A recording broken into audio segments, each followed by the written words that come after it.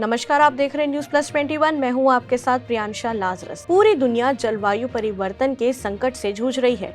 जब धरती पर जीवन का अस्तित्व ही खतरे में है, उस स्थिति में हम हसदेव अरण्य जैसे समृद्ध वनों का विनाश कैसे? प्रधानमंत्री ने भी वर्ष 2030 तक 50% ऊर्जा की जरूरतों को वैकल्पिक स्रोतों से पूरा करने का निर्णय लिया है।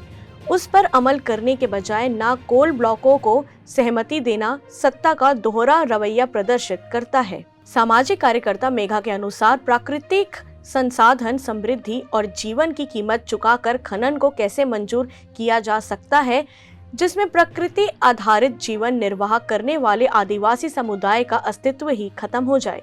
इसके साथ ही मेघा ने राहुल गांधी के उस बयान की भी प्रशंसा की जिसमें उन्होंने हसदेव अरण्य के आंदोलन को जायज ठहराते हुए खनन की अनुमतियों को गलत करार दिया था।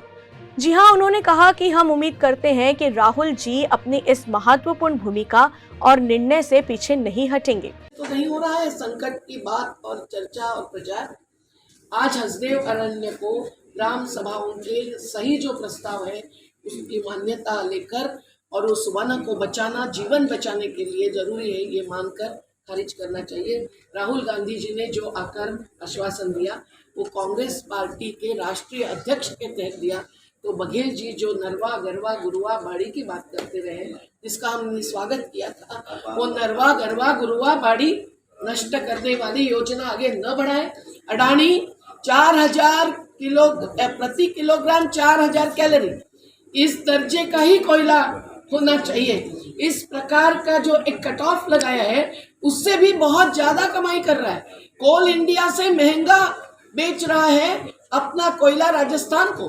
मुझे लगता है ये सभी चीजें अंतरराज्य स्तर पर एकत्रित होकर जो संबंधित पार्टीज है उन्होंने तय करना चाहिए। ने सभी दलों के प्रमुखों को चर्चा के लिए आमंत्रित किया है, आप लोग तैयार? हम तैयार है, ये बताया है, अभी आमंत्रित नहीं किया है, पर वो कोई भी कर सकता है। उनमें जो विकास के प्रति संवेदना रखने वाले हैं और विनाश के खिलाफ है वो निश्चित रूप से ऐसा आयोजन कर सकते हैं। नहीं तो हमारे जन आंदोलनों के सभी साथियों को भी हम सुझा रहे हैं कि सभी सर्वत्र से निर्णय हो तो विकास के अवधारणा पर चर्चा होना तत्काल जरूरी है। और कंपनीकरण प्राकृतिक संसाधनों के वस्तुकरण का आधार बनता है। किसान आंदोलन ने, संयुक्त किसान मोर्चा के भी हम सब लोग साथी और समर्थक रहे हैं, उसने इस पर भूमिका ली है कि कॉर्पोरेटीकरण नहीं चलेगा, क्योंकि इसी से अडानी 1000 करोड़ रुपया रोज की कमाई करते हैं, मुकेश अंबानी करते हैं, तो ये आगे नहीं बढ़ने देते। सही टैक्स लगाओ, खजाना भरो, शराब के व्यापार से मत भरो, ये हमारा कहना है। और ये जल जंगल जमीन अमूल्य है, इसको पैसे में मत गिनो, दलाल खड़े मत करो, आंदोलनकारी कार्यकर्ताओं को बदनाम मत करो। ये रास्ता ज्यादा लंबा चलता नहीं है।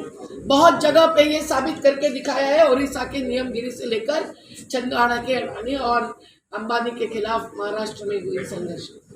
मुझे लगता है कि आप सब लोग सही माध्यम करता, पारदर्शी, सत्यवादी बने। हम मोदी गोदी इसकी चर्चा नहीं कर रहे हैं, पर हम इसकी चर्चा कर रहे हैं कि हमको इन्वेस्टिगेटिव जर्नलिस्ट की बहुत जरूरी है। हिम्मत से लड़ो। ऐसी अपडेट्स के लिए देखते रहिए न्यूज प्लस 21, आपके हक की बात।